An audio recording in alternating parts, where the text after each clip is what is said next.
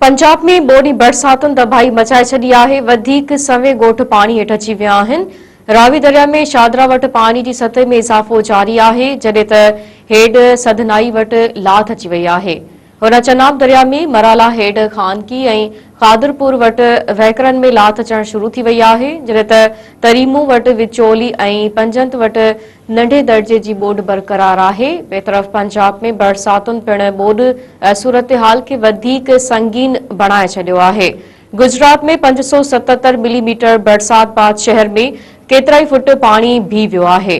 बरसाती नाला उथण करे केतिराई ॻोठ ऐं फसल पाणी में बुॾी विया आहिनि। डिस्ट्रिक्ट जेल ऐं सेशन कोर्ट में पाणी दाख़िल थी वियो आहे। हुन DGPDMA जो चवणु आहे त पंजाब में ॿोॾ दौरान 46 माण्हू फौत ऐं 35 लख खां वधीक मुतासिर थिया आहिनि। 14 लख खां वधीक माण्हुनि खे महफ़ूज़ हंधनि ते मुंतक़िल कयो वियो आहे।